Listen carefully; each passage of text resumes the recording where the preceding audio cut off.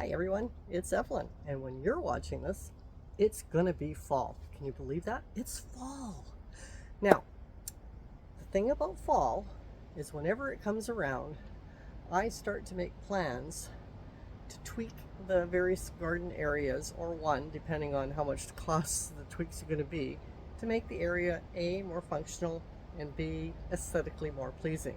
Can't do it all at once in 1 year. That's just too much cost. So every year I just sort of pick one area and deal with that. Now, before I carry on, for those of you who have followed this channel for a while, do you notice anything missing along these back fence here in my back garden? If you do, write it down in the comments section below, and I'll fill you in on what's missing there a little later on. Now, let's get back to the area that I am going to deal with. So the first area that I'm going to deal with is in the front garden, and on our north side we have a concrete fence because the land sort of goes downwards, so the concrete fence we were able to, the land went like this for the last 3 feet. We were able to recover that 3 feet of garden space by filling it up with dirt and leveling it out, which is where one of my dahlia beds is. But in order to do that, we needed something that would hold the soil back, so we went for concrete board and made a concrete fence that way with some wood along the top. Now at the time, because that's a really good place for me to grow sweet peas along that fence, they bloom really early because the concrete absorbs and re-emits the heat. I had, excuse me, 1 by 1 by 8 foot stakes, just kind of like this one.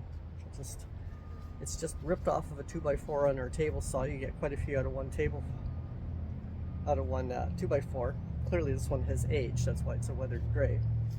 And they looked really good along there when my neighbor still had all of her shrubbery up higher than the fence and hanging over. As you can see by this picture, it's really quite pretty. The stakes just sort of blend in with the concrete and all the shrubbery. However, that's all gone.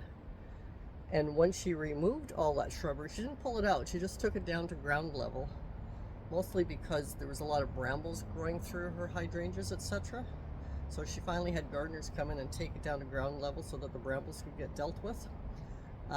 And now that that's all gone, those wood stakes looked really, really messy. So I've pulled them all up and I've replaced them. And I'll take you to the front garden now and show you what I did. Sidetracking, look at how big my lettuce is. It's time to start harvesting my fall lettuce. Oh, so looking forward to that. Won't be tonight, we're having cauliflower tonight. But tomorrow we'll have a salad from my garden. See, here's again the fence, so I'll give you a bigger span of it. What's missing from the fence? Hello there. Okay, now let's get on to the front garden. This is how the concrete fence looks now. It's got trellises along it. Now, this is what was missing from the back fence. These trellises, all the way down to there, are what was on the back fence. I didn't have enough for this front fence because it's longer. Well, and actually I have them closer together. So I went to what is one of our local garden centers / local produce centers / outdoor decor, and big shout out to Willows Market for these. I needed shorter ones because, as you can see here, the land goes downhill. And you can see how already this trellis is a little bit above the fence. Whereas if you look at those ones there, they're below the fence, they're the same trellis.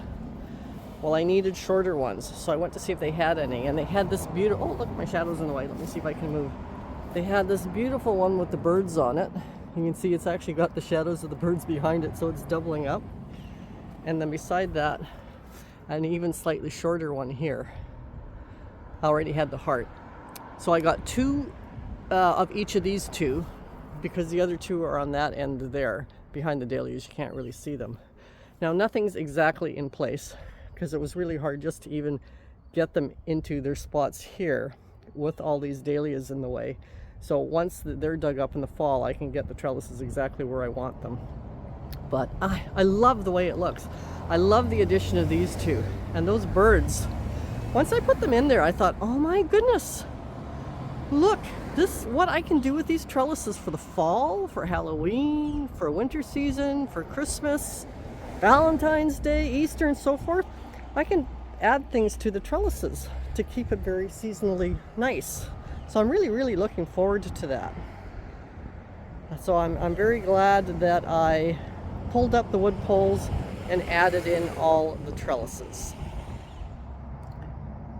If you're enjoying the video so far, please give me a thumbs up. Really appreciate it. It's good for the algorithm. All sorts of things are good for the algorithm.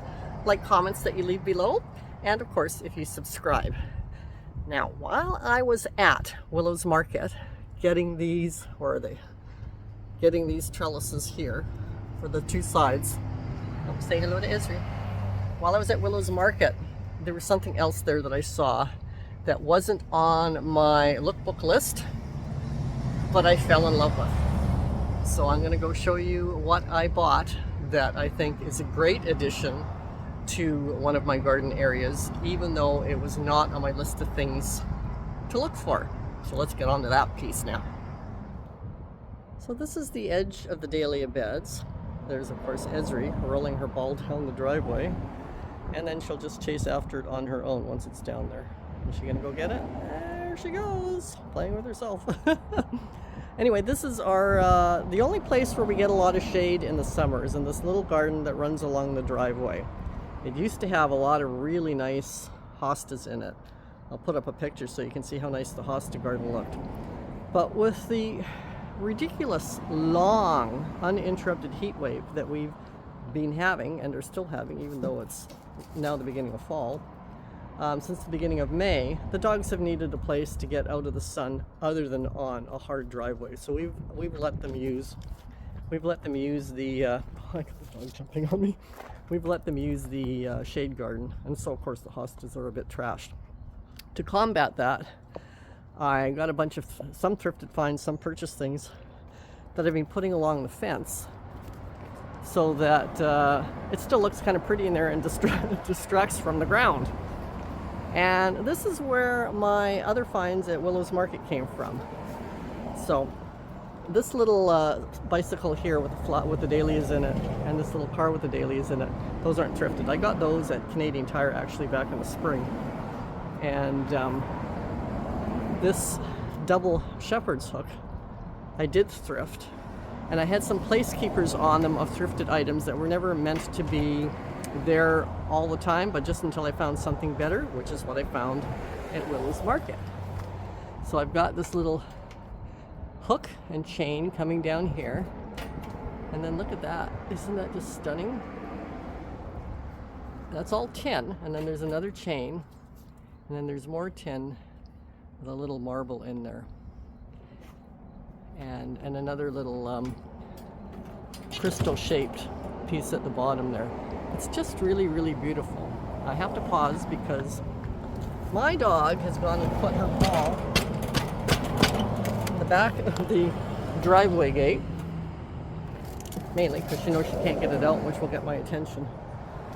That's what that noise was. So on the other side of the shepherd's hook, I have a matching, same company who makes them, or artist or whomever, I'm not exactly sure who makes them. There's the hook, there's the chain. In this case we have a little, whatever that's called, and there's a tin owl in there, and then we have a little marble, and then there's, I think this is a feather. It's either a feather or a leaf, and then it continues down, and here's another feather or leaf.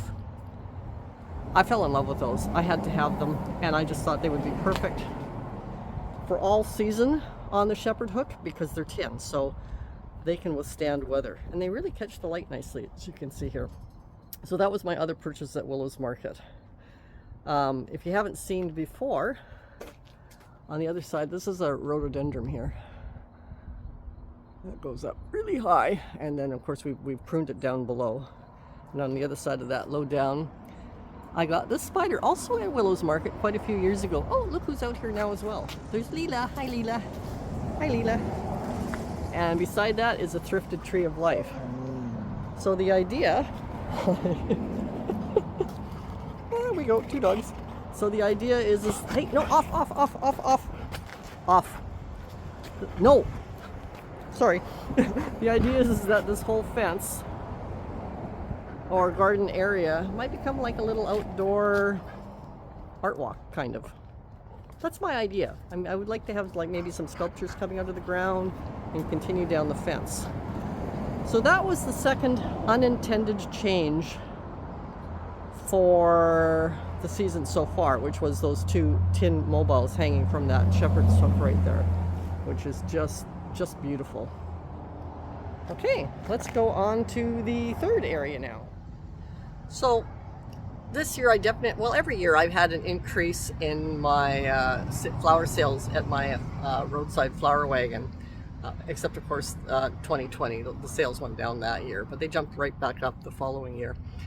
And with each year's increase in sales, I have now hit a point where I have really gotten concerned about running out of flowers a few times, even though I have 160 dahlias. And then of course the back garden that has other flowers in it as well. But it's not just the dahlias I almost ran out of one day. It was also, the week, like last week when I did the 3 $30 bouquets, I'll link that below if you haven't watched that yet. The very next day I had a $40 bouquet, a custom $20 bouquet, and another 5 bouquet sell. That was a lot of flowers, and what affected me the most, besides almost running out of dahlias, was of course the sunflowers. I almost ran out of sunflowers, so I can already increase my dahlia stock next year based on what dahlias I'm not going to be growing again. So that was in my top 10 dahlia video, which I'll link below as well, and I talk about the ones that I really like and I want to do more of. Some of them I want to do more of. There goes Misery, because they're simply prolific. And other ones I'm dropping because they're not prolific, they don't do well in the sun for whatever reason. So by dropping some, that gives me space in the dahlia beds to have more production of the ones that are highly productive. So that should take care of almost running out of dahlia flowers at that one point. Sunflowers is a different story. The other thing with the sunflowers is the very first planting that I did performed really well. So I want to start a week earlier. To start a week earlier, I'm going to run into a problem because I go around, there's 3 concrete beds on the side of my house along the driveway that I start the sunflowers in because of course concrete warms up. Then I travel along the side of the garage that faces to the back garden. Then I go along the back fence where my concrete fence is, but in the backyard, and I do plantings there. And then the idea is that my 2 strawberry beds, which are 3 by 5, have finished fruiting. So I should now be into the beginning of July, and they're June bearers, so they should be finished fruiting. I planted more sunflowers this year, and I ran into a little bit of a roadblock, but I was able to manage that. But if I start a week earlier, I'm gonna hit those strawberries too soon. So I need extra space to plant sunflowers. I'd also like to plant a bit more of earlier blooming stuff, because while I have the dahlias and the sunflowers, of course, and I want more sunflowers for the later half as well, but for the earlier half of the season, I want to have more flowers that I can pull from when the dahlias are not yet blooming. And I have a solution to that. So in our front garden, where all the dahlia beds are that you've seen, you may have noticed in past videos, that there is a section of grass that looks horrible. It looked good once upon a time. I'll put a picture up of what our grass used to look like before Esri and her sister arrived, and you'll see a picture of them as puppies sitting in the nice lush grass. But as they grew up quickly, and because they're high energy dogs that love to play with each other, the grass got trashed. And it just never recovered. It just turns into a mud pit in the winter, and then in the summer when it dries out, it doesn't get a chance to grow because these 2 girls, are just playing on it all the time. Now they don't actually play as much. They don't play in this grass thing. They chase each other around the house and around the other the 2 center dahlia beds. So I can put another 2 beds in here. It'll just give them more places for them to chase each other around, trash the paths, but that's fine. I can use the grass section that was large and put in 2 new beds. So I'll show you what I've come up with. Okay, you can see how horrible the grass looks, so no loss to get rid of that. So what I did is when I pulled up the wood stakes that the sweet peas were on along our concrete fence back then, I kept a few of them to do my laying out, and I got a couple of broken ones to help with that. So we actually have 12 feet from that dahlia bed, from these two dahlia beds to the house, which gives me a 4-foot path, a 4-foot bed, and a 4-foot path, which is exactly what I love. The issue is I wasn't too sure how long to make the beds, because we have this weird little drop off here.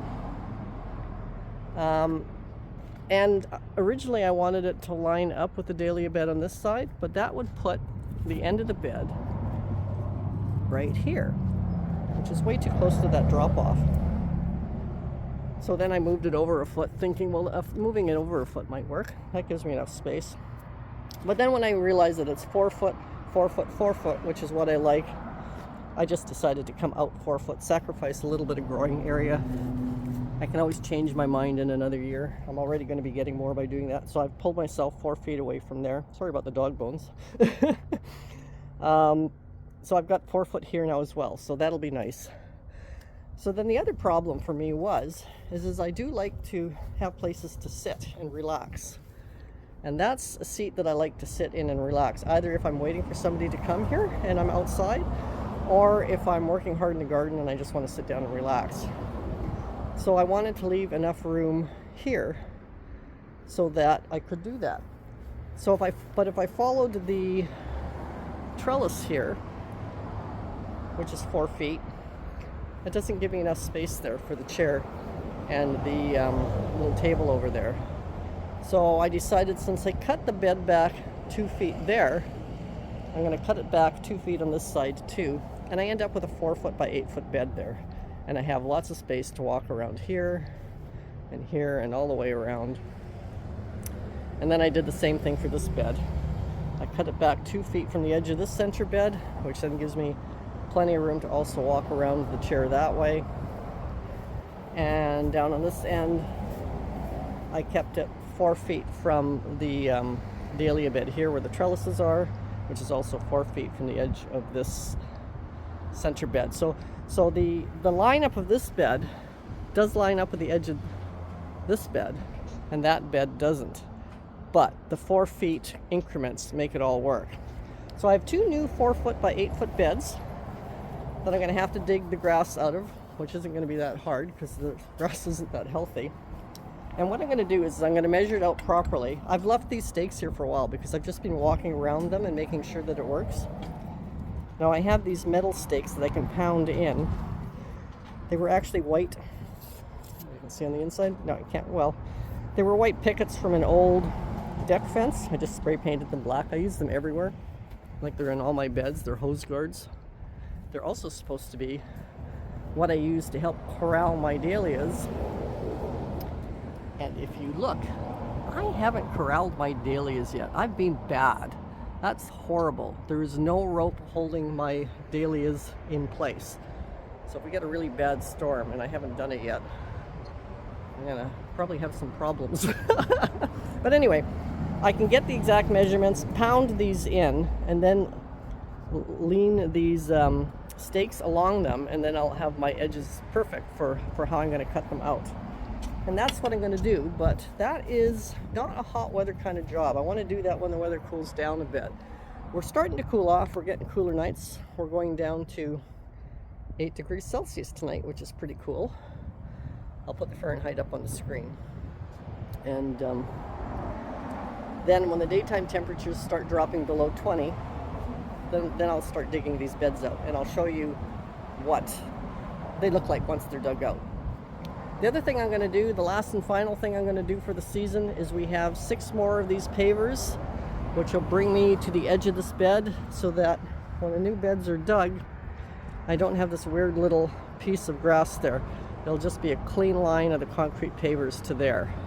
And this is our walkway. So there's the flower wagon up on the road there, and then you come in a gate, and we have to have a landing here because there's a drop off here 3 steps down, and then there's a paved walkway that cuts between these 2 dahlia beds and has been finishing here. So we'll just continue to here for now. At some point we want to do something that comes down this way, but we have to figure out how to deal with this little concrete raised lip here before we do anything. Sorry about all the hoses. This is a production garden. It's not a... once the dahlias are all down in the winter, it can look pretty, but right now we'd be needing the hoses like crazy. So that's what we're going to do here for the 2 new beds. So those are the changes I'm going to make to the mostly front garden bed for this year. Oh, going to make and have made to the front garden areas for this fall season. Before I go, I took a short little video of a really, oh, hang on, I just got to show you this. Just one sec. Oh, they were playing. There we go. Play. That's so pretty. We do like playing with each other.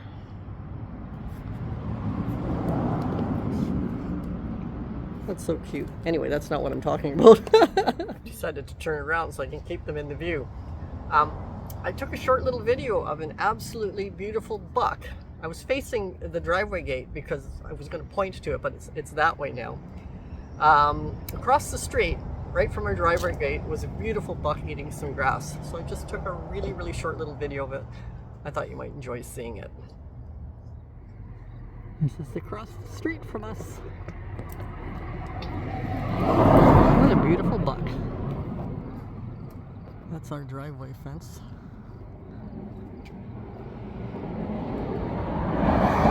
Back up. There's Esri watching. Here's my dahlias. Back up to the street.